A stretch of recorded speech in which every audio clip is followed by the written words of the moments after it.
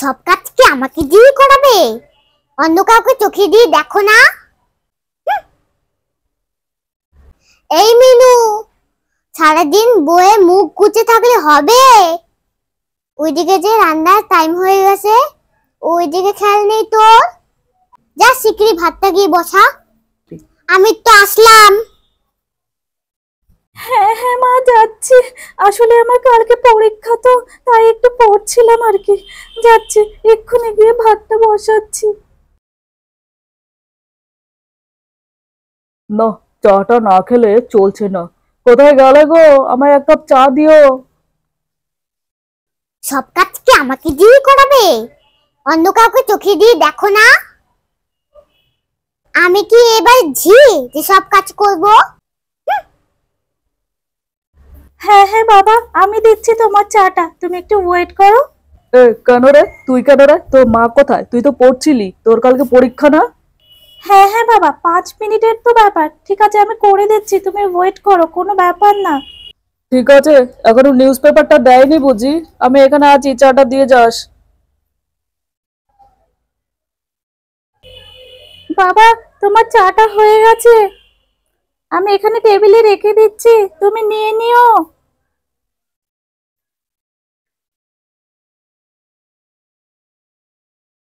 হ্যাঁ হ্যাঁ, নিচ্ছি।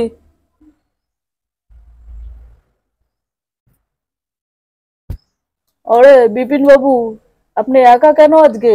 আর লোক কোথায়? আর বলবেন না দাদা, কেউই তো আসেনি এখনো। ঠিক আছে, আপনি বসুন বসুন, কিছু দরকার বুঝি?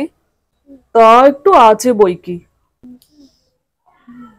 তো দাদা, আমি তো আপনাকে অনেক দিন ধরেই চিনি। আপনার মনটা একটু খারাপ, মুখটা এত ভার, কি হয়েছে? বৌদির সঙ্গে ঝগড়া টগড়া করেছেন বুঝি?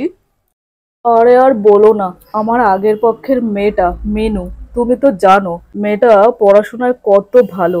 মেয়েটাকে পড়ার কোনো সুযোগই দেয় না, শুধু সারাদিন কাজই করিয়ে যাচ্ছে কাজই করিয়ে যাচ্ছে। এটা নিয়ে আমি খুব বিব্রত আছি ভাইয়া। এখন ওই মেয়েটাকে একটা সৎ পাত্রে দান করে দিতে পারলেই আমি বেঁচে যাই, বুঝলে? তা দাদা, তুমি যখন বলছো, আমার এক ভাইপো কিন্তু আছে, যদি বলো তো আমি কথাটা পারি। ভাইপোটা না বিদেশে থাকে, বুঝলে তো? ও বিয়ে করবে আর বউকে সহ বিদেশ নিয়ে চলে যাবে। খুব ভালো আমার ভাইপো বলে বলছি না, ছেলে কিন্তু A ক্লাস। এই সুযোগ তুমি হাতছাড়া করো না, যাও গিয়ে বৌদির সঙ্গে একটু পরামর্শ করো। আর তোমার বৌদি যা ডিসিশন নেওয়ার তো আমাকেই নিতে হবে। ঠিক আছে, আমি ডিসিশন নিয়ে তারপর জানাচ্ছি। মেয়েকেও তো জিজ্ঞেস করি। হ্যাঁ হ্যাঁ দাদা, এটা তুমি ঠিক বলেছো, মেয়েকে একবার জিজ্ঞেস করে দেখো। আচ্ছা ভাই, আজকে তাহলে আসলাম, বুঝলে? হ্যাঁ হ্যাঁ।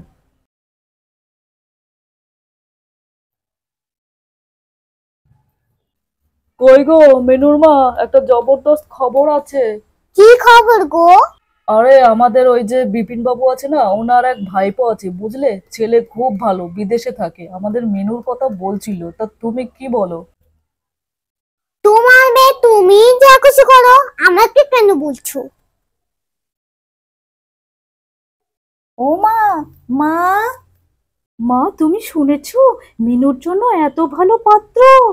আমি থাকতে সেটাকে হতে দেওয়া যায় বলো? আমি কোন দিক দিয়ে খারাপ দেখতে মা, বলো? ওই হাড় হাবাতে মেয়েটা, ওর নাকি এত ভালো বিয়ে হবে।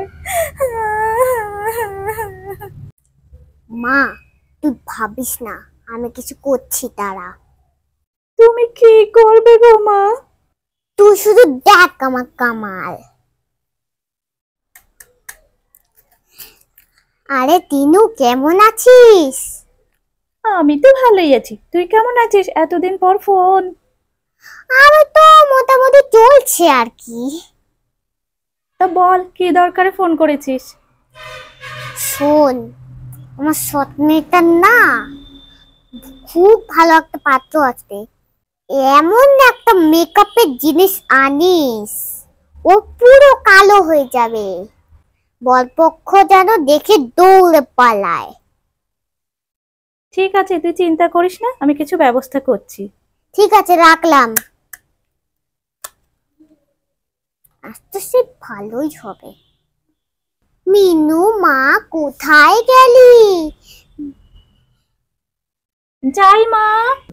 তোর জন্য একটা ক্রিম এনেছি, যেটা লাগালে তোকে লাগবে না, পাত্রপক্ষ তোকে দেখতে আসবে না, খুব সুন্দর লাগবে তোকে।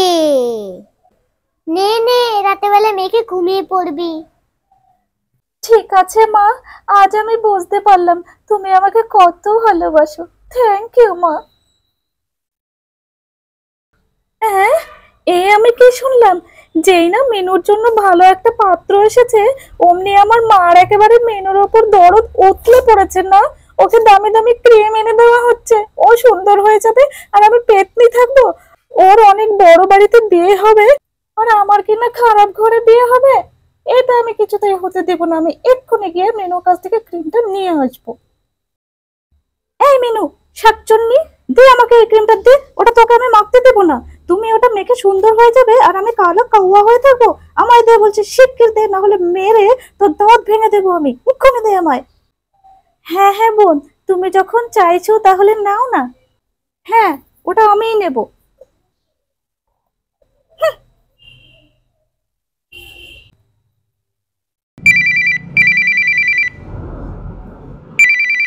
আরে এখন আবার কে ফোন করলো দেখছি। হ্যাঁ হ্যাঁ, বিপিন বাবু বলুন। বলছি আমরা আজকে আসছি আপনার বাড়িতে। হ্যাঁ হ্যাঁ দাদা, হ্যাঁ হ্যাঁ, আসুন আসুন। ঠিক আছে ঠিক আছে। কই গো, আজকে পাত্রপক্ষ আসছে মিনুকে দেখতে, সবকিছু রেডি রেখো।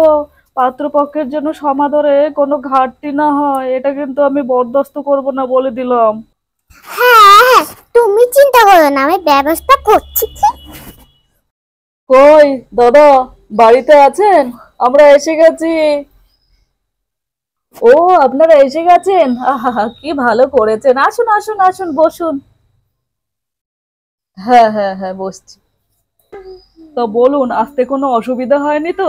আরে না না না, অসুবিধা আবার কি। কই দেখি মেয়েকে নিয়ে আসুন, দেখে যাই। হ্যাঁ হ্যাঁ।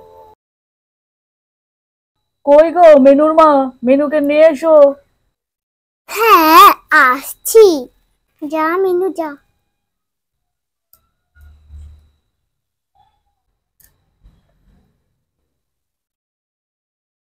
থাক থাক থাক মা, থাক।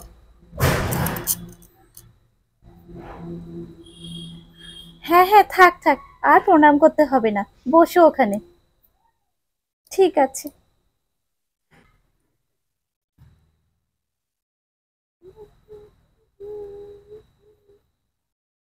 এবার নিন দাদা, আপনার বাড়ি বৌমাকে আপনি যাচাই করে নিন। হ্যাঁ হ্যাঁ, আজকালকার মেয়ে যাচাই করতে হবে না। মা, তোমার নাম কি? আমার নাম মেনু। বাহ, ভারী সুন্দর নাম।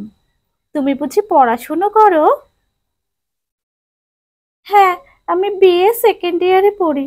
বেশ বেশ বেশ। মা!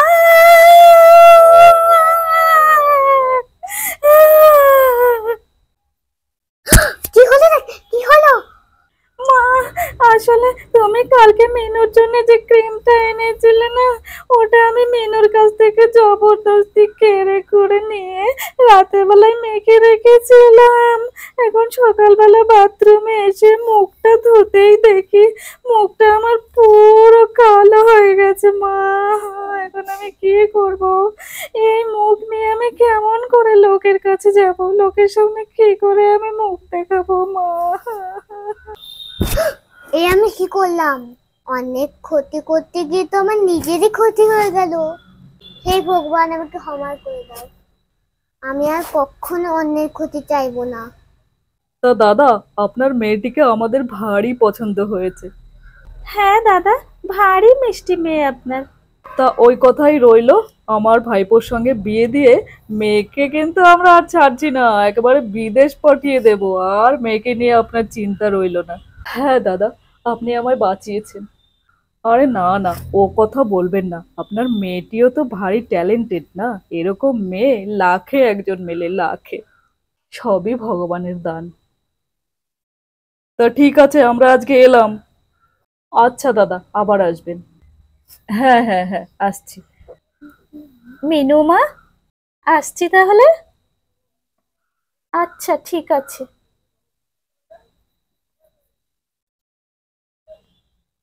তোমরা আমার ভিডিও দেখো কিন্তু তোমরা লাইক করো না, আমি কিন্তু খুব দুঃখ পাই। লাইক করে দিও প্লিজ। তাহলে আজকে ভিডিওটা এখানেই শেষ করলাম, ফিরে আসবো নতুন একটি ভিডিও নিয়ে। টাটা।